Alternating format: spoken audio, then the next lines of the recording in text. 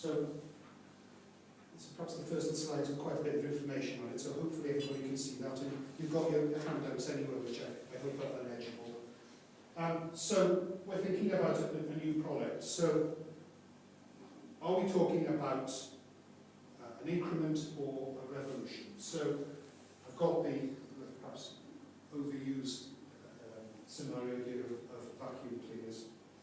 So an increment would be a vacuum cleaner with a bigger bag.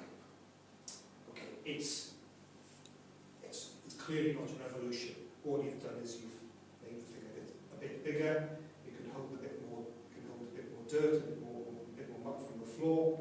So it's straightforward. It means competitors can copy very easily. If it's a simple evolution like that, it's highly unlikely that you'll be able to establish any IP, any patents, any trade secrets. Highly unlikely.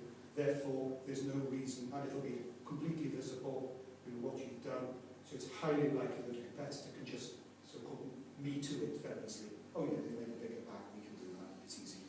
Just do it. And it could be that it's an enhancement of a predecessor process. So you say, you've all seen the ads, now with 20% extra, now with extra capacity. So again, it's just an enhancement. It feels like it's an evolution. And it's only a modest challenge to marketing.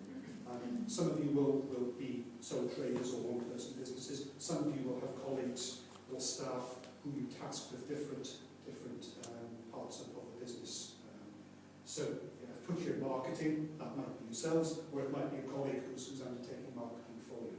But it's only a modest challenge when you're looking at the marketing, because customers see the logic of it. Yeah, I can see that. Before, I had to empty the bag of the Hoover twice around the house. Now I'm only going to have to do it every 3 times around the house. Okay, I like that. I can see the benefit of it.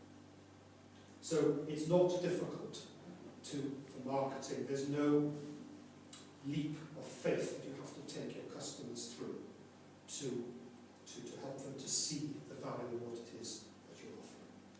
But arguably, that hasn't moved the game that much further forward, and probably doesn't mean that much in terms of you being able to command a higher price for the product or a much larger profitability. Indeed, if you still continue in this scenario with the original product, with the smaller bag, and then you launch one with the bigger bag, well, suddenly you've got 2 products which are going after the same market, and you've got 2 streams of products, of product parts, components to manage, and that adds to your costs. The similarity would be as if you're delivering a service, and you deliver a service which has got some additional capability, some additional capacity, and you still deliver the original one, then you've got 2 threads of delivery, 2 lots of material, maybe on presentations or maybe CD-ROMs with information on them, 2 lots of training to maintaining the delivery staff who are delivering that service. So, it may be that it actually brings you additional cost for not much additional income. Normally what happens is you delete the product which has been superseded, or which is the one which has been replaced for. Okay, so that's an incremental one. Revolutionary then, again, not overused, the Dyson cleaners. So this was a revolutionary product when it was launched. There's no bag. Well, how does that work then? So it's so-called disruptive technology. So this is a phrase that you may have come across before, but typically in this context, disruptive technology is one which changes the market substantially, and at its most extreme, it will render all the existing or many of the existing products in the market as obsolete or severely disadvantaged. And that probably was the case in this particular instance, in that the new product, once it got established, it seemed so advanced in compared, and so many benefits compared with existing products, that the existing products were really struggling. They were starting to look dated and obsolete. And so disruptive technology is one which will changes the nature of the market. And, you know, often that is patented if possible. Trade secret maybe, and often that's a better bet, often patented.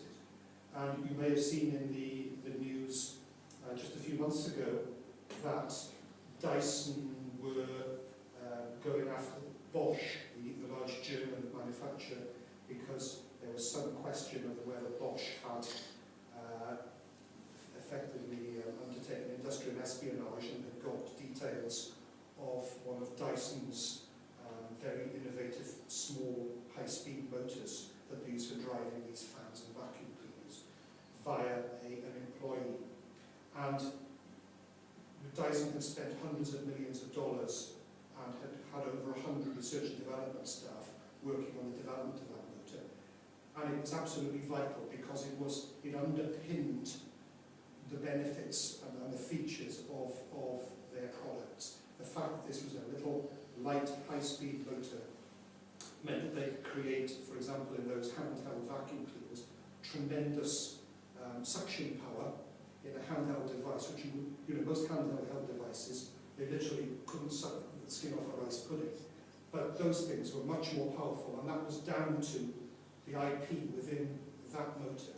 And that's why they so jealously and aggressively protected